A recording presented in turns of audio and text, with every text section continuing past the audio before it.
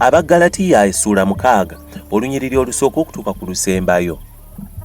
Abooluganda, omuntu bw'abanga alina ekibi ky'akoze, mwabe omwoyo mumuluŋŋamyenga mu mwoyo gw'obuwombeefu, nga mwegendereza si kulwa nga mmwe mugwa mu kukemebwa.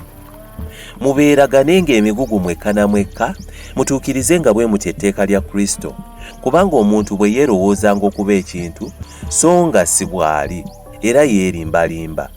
Naye buli muntu akeberenga omulimu gwe yekka, era n'okwenyumiriza kunaabanga mu ye yekka so si mu mulala.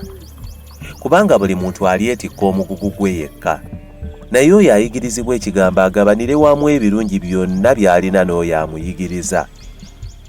Temulimbibwanga, Katonda tasekererwa, kubanga omuntu yenna ky'asiga era ky'alikungula. Kubanga asigira omubiri gwe ye, alikungulira mu mubiri okuvunda, naye asigira omwoyo, alikungula mu mwoyo obulamu obutaggwaawo. Tuleme okuddiriranga mu kukola obulungi, kubanga bwe tutakoowa, ebiro bwe birituuka, tulikungula nga tetuzirise. Kale bwe tunaalabanga ebbanga, tubakolenga obulungi bonna, naye okusinga abo abali mu nnyumba ey'okukkiriza.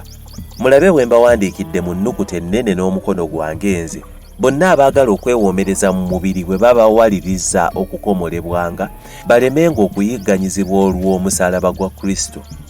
Kubanga era n'abo bennyini abakomolebwa amateeka tebagakwata, naye baagala mmwe okukomolebwanga, balyoke beenyumiririzenga ku mibiri gyammwe. Naye nze saagala kwenyumiririzanga, wabula ku musaalaba gwa Mukama waffe Yesu Kristo, olw'ogwo ensi ekomereddwa gye ndi, nange eri ensi.